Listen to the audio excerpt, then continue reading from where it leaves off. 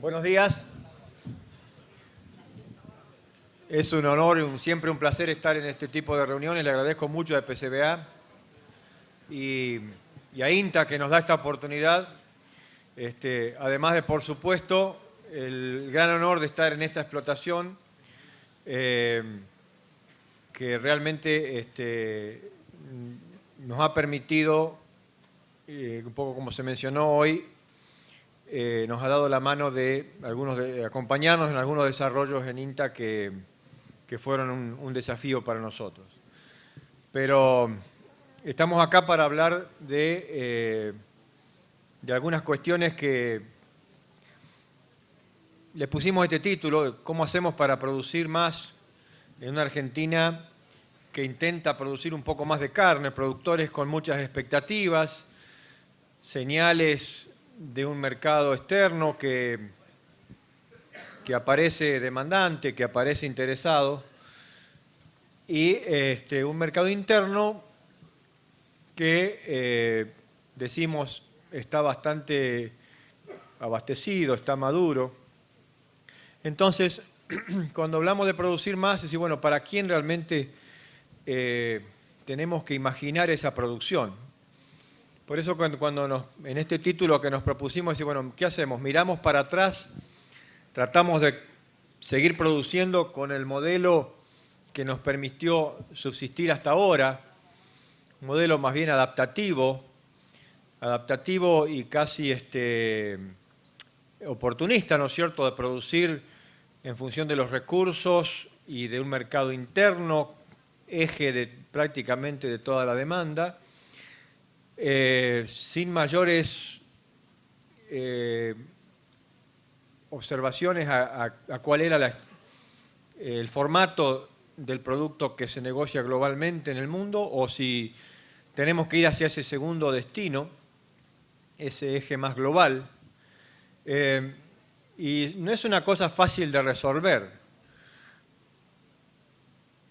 No hay señales muy claras y muy evidentes en un solo sentido. Entonces a nuestros productores, a toda la producción del país, le cuesta definirse en una dirección u otra. Y probablemente nos va a costar siempre, no vamos a encontrar un único modelo. Yo muestro esta imagen que ustedes estarán viendo en la pantalla, que habla de las distintas trayectorias desde el ternero hacia distintas estrategias de recría que usa el país, distintas formas de engorde, terminaciones que todavía en algunos casos siguen siendo pastoriles en forma importante, con mucho uso de suplementación, o las recrías a corral incluso con sus distintos destinos. Eso sigue existiendo. Yo esto lo he mostrado muchas veces y algunos de ustedes ya lo habrán visto, pero la realidad es que sigue siendo un marco amplio y la plataforma de carnes de Argentina es bastante amplia. No podemos decir que toda la carne del país la estamos haciendo a corral o que en el futuro las vamos a hacer en feedlot únicamente con un único formato. Y tal vez es bueno que así sea, porque cuando uno analiza el protagonismo de los distintos países en el mundo y en la exportación global, tampoco hay un solo producto. Acá se habla mucho de la exportación de Australia, de Estados Unidos, de jugadores muy fuertes en el mercado global, y no tienen un solo producto. Tienen carnes pastoriles, carnes de animales muy pesados y muy engrasados, con animales también productos de animales más magros. O sea, es una matriz compleja de demanda y de ofertas. Sí, lo que tiene cada producto es bastante predecible y con ciertas garantías de que los atributos por los que se está vendiendo esa carne se cumplen. Y Argentina, en su expansión, con un gran protagonismo de China, probablemente también avance hacia no solamente un producto, como yo le llamo, a granel, o un producto sin demasiada identificación, hacia un mercado chino en expansión, pero también con algunas diferenciaciones. Entonces, ahí hay todo un desafío en la ganadería. O sea, nosotros, por supuesto, hablamos de producir más terneros y queremos mover el índice de procreo o lograr más terneros por vaca entorada, que tiene complicaciones en las distintas huellas ambientales, como después voy a mencionar. Pero ese ternero también tiene que tener alguna señal de para qué lo queremos, cómo desarrollamos ese más terneros, o sea, qué atributos desearíamos. Yo siempre muestro esto también cuando hablamos de ganadería vacuna, ahí falta el 2017, pero es muy parecido al 2016. O sea, yo decía al principio, no podemos hablar de la ganadería sin pensar en todas las carnes y en ese mercado interno que está bastante abastecido ya de todas las carnes, y en un mercado interno que está bastante abastecido en carne vacuna, y el techo ese de los 58, 60 kilos parece que está para quedarse ahí como un techo. Si no, tendríamos que desplazar al ave y al cerdo, y probablemente si lo queremos hacer empujándolo con el maíz, no sé cuánto de competitivo va a ser para la ganadería vacuna querer vender más carne en el mercado interno hecha a partir de los granos. Entonces, la expansión, por eso decimos, tiene que ser pensada desde un ámbito más global. Y eso es mirar para adelante, no es mirar para atrás. Mirar para adelante puede encontrar oportunidades, y también tiene esta cuestión de la falta de experiencia de cuando uno va para adelante, porque recorre caminos que por ahí son muy inciertos. Dicho todo eso, uno visualiza qué están haciendo los que se ponen en estos escenarios de futuro, y por supuesto que buscan más productividad, buscan mirar mucho el componente de calidad, aunque no podamos llegar a ella. Si uno habla de Australia, Brasil, Uruguay, el tema de la calidad y cómo se la define, intrínseca o extrínseca al producto, pero cómo afecta la calidad, es un tema presente, es un tema que está siempre con relevancia, y sobre todo si puede tener mediciones, información objetiva asociada a ella. Hoy se habló un poquito, incluso en la presentación del campo, de la importancia, la relevancia de la cuestión de la calidad y las mediciones objetivas, y también de la precisión en la producción, precisión en el diseño del sistema para que no cometer grandes errores y que después nos lleven a un colapso, y la precisión en los procesos como en la gestión del producto posterior.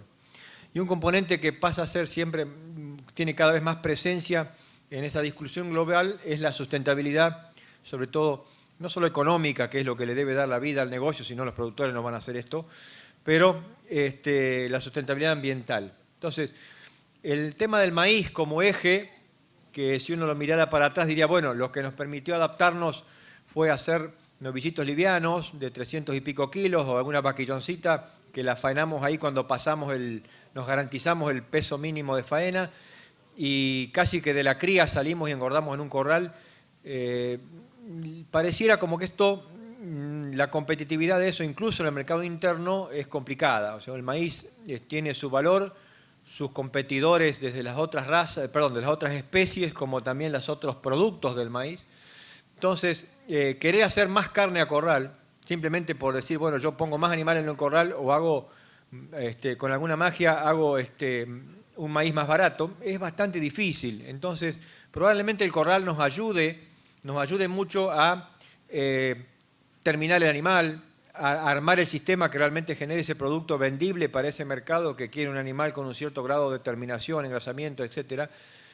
Pero yo creo que el foco otra vez revierte a lo que alguna vez, históricamente, digamos, pero que alguna vez tenía mucho más énfasis, que era la discusión del espacio de las pasturas, de la productividad de las pasturas, de qué hacemos en pastura, cómo logramos más kilos de carne en pastura, cómo desarrollamos animales en pasturas para luego aprovechar esas terminaciones diferentes, si es que los productos van a tener algún destino en particular. Entonces, producir más kilos de novillo puede ser un buen objetivo, pero ¿qué pasa con las pasturas? No va a ser menor en esa estrategia futuro, y creo que ya lo está haciendo, ya se ve en muchas empresas que están buscando su forma de negocio, tal vez no estirando demasiado los días de corral, más de 120, sino buscando la forma de producir más carne a pasto. Yo acá, en esto que muestro ahí, le estoy mostrando la cantidad de kilos de materia seca por mes, cada columna es un mes, que se lleva producir un novillo de 450 kilos, y lo que se ve en las tres últimas columnas, que es el amarillo, es la etapa de corral de 90 días. A veces también tenemos este prejuicio de donde pensamos que la carne a corral es el nuevo paradigma y hemos hecho todo a corral. En realidad, aunque demos de comer los últimos 90 días en un corral, el sistema de producir un novillo de 450 kilos, con todo lo que implica la cría y sus ineficiencias, todo lo que se comen las vacas que no producen, todo lo que se comen los toros, la recría, la reposición, el mismo animalito después del destete.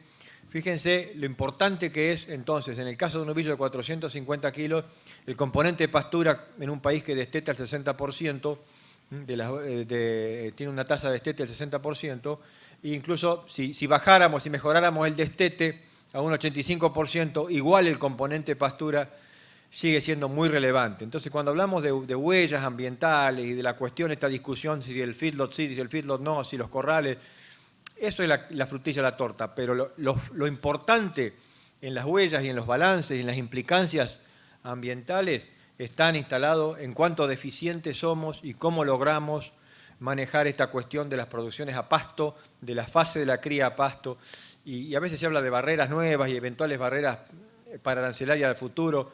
Bueno, estas cuestiones de las huellas ambientales son relevantes y nosotros no solamente necesitamos una cría más eficiente y una recría más eficiente para lograr más calidad de carne, mejores conversiones como la que voy a mencionar ahora, sino tener allí este componente de que nosotros hoy por hoy no somos competitivos en las huellas ambientales.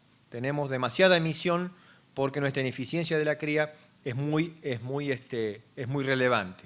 Dicho eso, existen a su vez otras oportunidades de las pasturas y los pastizales y de la cría y la recría sobre pasturas de calidad, sobre todo la recría, que nos invita a que empecemos a hablar cada vez más de balances y los roles positivos o de captura de carbono y de mejora de los balances que podemos tener con la oportunidad ganadera.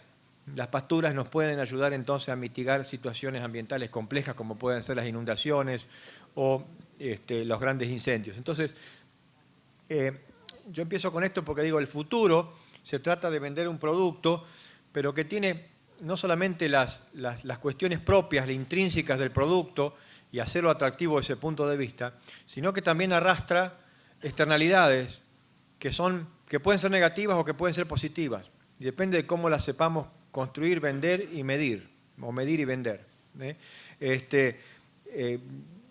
Por eso muchos insistimos con esto de que si bien la ganadería tiene un componente de intensificación fuerte en corrales, el espacio de las pasturas eficientes va más allá de la ganadería. Es un instrumento interesante para ayudarnos incluso a vender carne por atributos positivos desde el punto de vista ambiental, ayudarnos a contribuir a la mitigación de excedentes hídricos, captura de carbono, aportar a la biodiversidad, en fin, todas son no vamos a hablar exactamente de ese tema ahora, pero quiero generar ese contexto de la ganadería mirándola hacia futuro.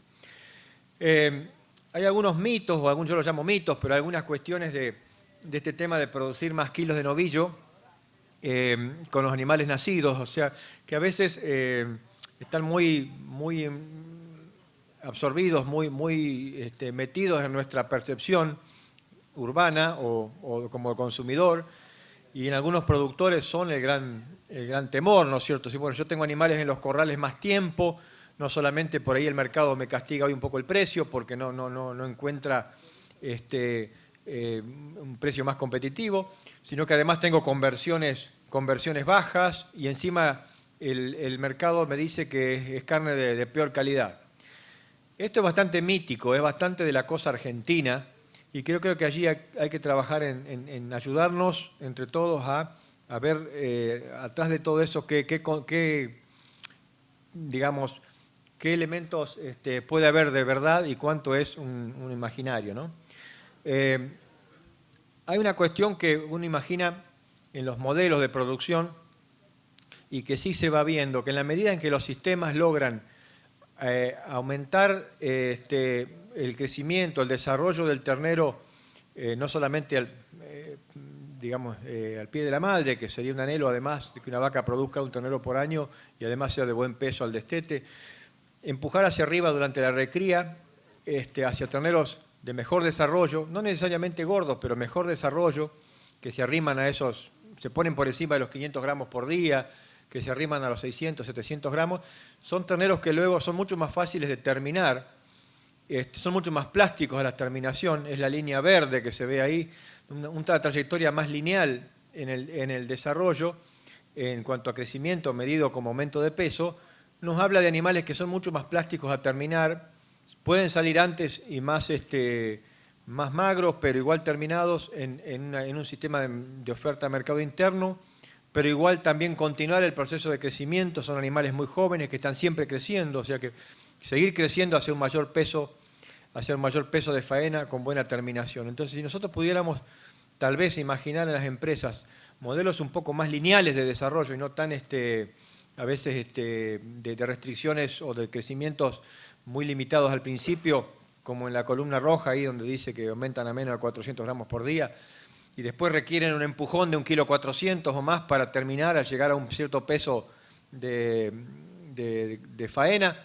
Ese modelo más lineal nos permite usar diferentes recursos de terminación, incluso hacer terminaciones en base a silajes, con más fibra o menos, y menos uso de grano, o dietas un poco más flexibles y más contenidas eventualmente desde el punto de vista del costo.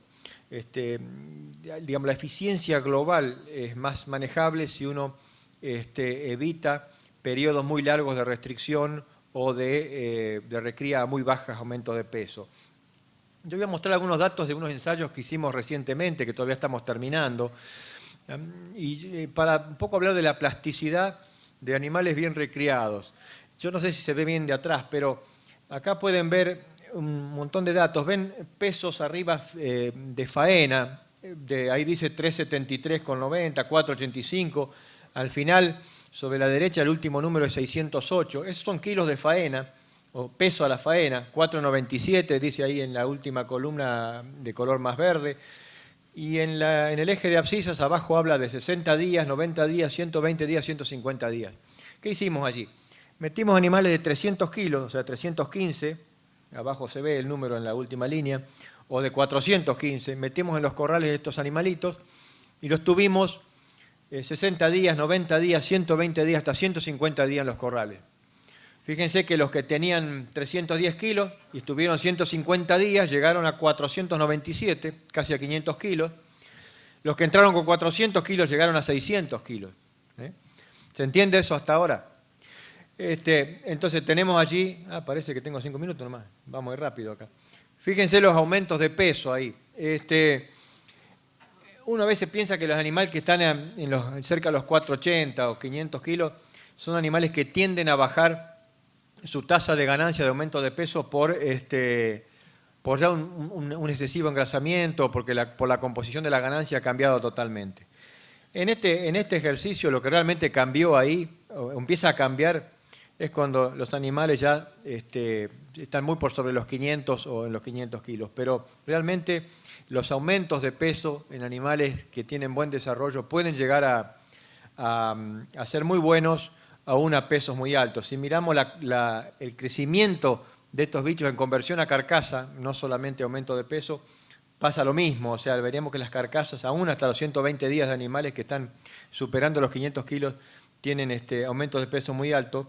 Y si vamos a la conversión, fíjense que ahí habla valores 6,9, 6,5, 6,3 en los animales que iniciaron con 300 kilos y llegaban a los 370, 430, 480, animales de 480 que están convirtiendo mejor que los que terminaban en 370, o animales que están superando los 500 kilos ahí en la tercer grupo de columnas, están con una conversión de 7,6 a 1 y los compañeros que se sacaron gordos 60 días antes en la primera columna azul, dice 7,89 a 1. O sea, a veces uno juega mucho con esto de las conversiones y castiga y quiere que terminen los engordes rápidamente porque nos va a castigar la conversión. Si tenemos animales bien desarrollados, y esto no es genética continental ni es genética especial, esto es Angus común de la región pampeana. Entonces, tenemos mucha oportunidad de hacer animales muy bien terminados, aún con metas de mucho peso final, sin haber entregado eficiencia de conversión. Este es el dato de eficiencia de conversión a res o a carcasa, que es lo que se viene mirando mucho últimamente. Fíjense como en animales que se termina en 3,74, tiene una conversión a carcasa en kilos de materia seca por kilo de carne de 11,5. Y cuando están allá con 4,81, la conversión promedio era de 10,4. Acá me mataron, me dice que se acabó. Fue muy rápido esto. Vamos a ir más rápido. Yo lo que estaba tratando de mostrar acá es que aún en esto que ven ahora allí, que habla de faenas a los 12 meses hasta los 27 meses, donde dice fuerza de corte, la capacidad, el esfuerzo de corte puede ser el mismo, o sea, la terneza es la misma. Vamos a tratar de terminar. Fíjense la foto que estoy pasando de la variabilidad, sin embargo, que hay en el tipo de carne, ¿no?, que producimos. O sea, cuando yo dije, en promedio tenemos una genética muy interesante que nos puede permitir hacer novillos de diferente peso final, con muy buenas eficiencias de todas maneras a lo largo de todo el proceso, tenemos una variabilidad todavía importante interna. Esta slide estaba acá, pero no la voy a discutir, estaba para justamente probar cómo en el mismo feedlot nosotros podemos tener animales engordando a 2 kilos por día y otros 700 gramos por día y que son del mismo grupo, o animales que tienen un área de bife de 48 centímetros cuadrados, como dice ahí en la columna más celeste, y en el mismo momento hay animales de 80 centímetros cuadrados. O sea, tenemos variabilidad, aunque a veces creemos que somos muy homogéneos. Ya me están corriendo, pero un último comentario de algunos datos de la importancia de la recría. En este modelo nosotros fuimos muy restrictivos en lo que dice R1 ahí, que es una etapa de recría postdestete de 150 días, donde en los animales que están en la primera columna más gris aumentaron a 340 gramos por día. A los otros les fue mejor nutricionalmente y aumentaron arriba de 600 gramos por día, estaban en los 600, 700 gramos por día, en esos 150 días. Después los animales comieron todo lo mismo. Durante los 60 días de la recría 2, como en la terminación, todos comieron lo mismo. Sin embargo, los primeros, los que habían sufrido una restricción temprana, nunca pudieron igualar y compensar. Se terminaron antes, se terminaron más livianos. Su etapa de corral fue de 1,100 kg y no de 1,300 kg, como ocurre en los otros. Llevó 170 días en los corrales para que esos animalitos se terminaran, y los otros se terminaron 30 o 40 días antes. Entonces hay algunos efectos y algunas cuestiones que hacemos en la recría que no necesariamente las lavamos después. Cuanto mejor hacemos, aparentemente, las cuestiones de cría-recría, probablemente tenemos más oportunidades en la etapa final, en la etapa del engorde de final, aunque lo hagamos a pasto, para hacer distintos tipos de animal y bien terminados. Insisto mucho en esto de que si nosotros queremos vender calidad de carne, queremos vender atributos definidos con algún grado de engrasamiento intramuscular y demás, probablemente tengamos que mirar no solamente la etapa de corral o la terminación, sino mucho esta fase intermedia que es la etapa de recría. Con esto le agradezco muchísimo. Yo creo que, insisto mucho, a futuro la carne no solamente la vamos a mirar de afuera, de los kilos o de los pesos, sino que tenemos que empezar a mirar mucho más de adentro y tratar de comunicar eso hacia los distintos mercados con instrumentos mucho más objetivos. Se está haciendo en el mundo, como se dijo acá, mucho más utilización que antes de los instrumentos como la ecografía, la información de relevamiento más automático y objetivo. Eso está ocurriendo, nuestros competidores globales lo están haciendo. Entonces no podemos mirar para otro lado, pensar que la carne argentina va a ser siempre espectacular porque es argentina, ¿no? Todas estas cosas que estamos discutiendo, que serían de futuro, el mundo ya lo está haciendo, lo están haciendo nuestros competidores. Entonces, entrar en los mercados globales implica diseñar mejor, trabajar con precisión, y bueno, hoy en la Argentina de hoy es casi un animarse, porque las grandes señales todavía están un tanto tenues. Así que, después de esto, muchas gracias. Muchísimas gracias, Aníbal Pordomingo.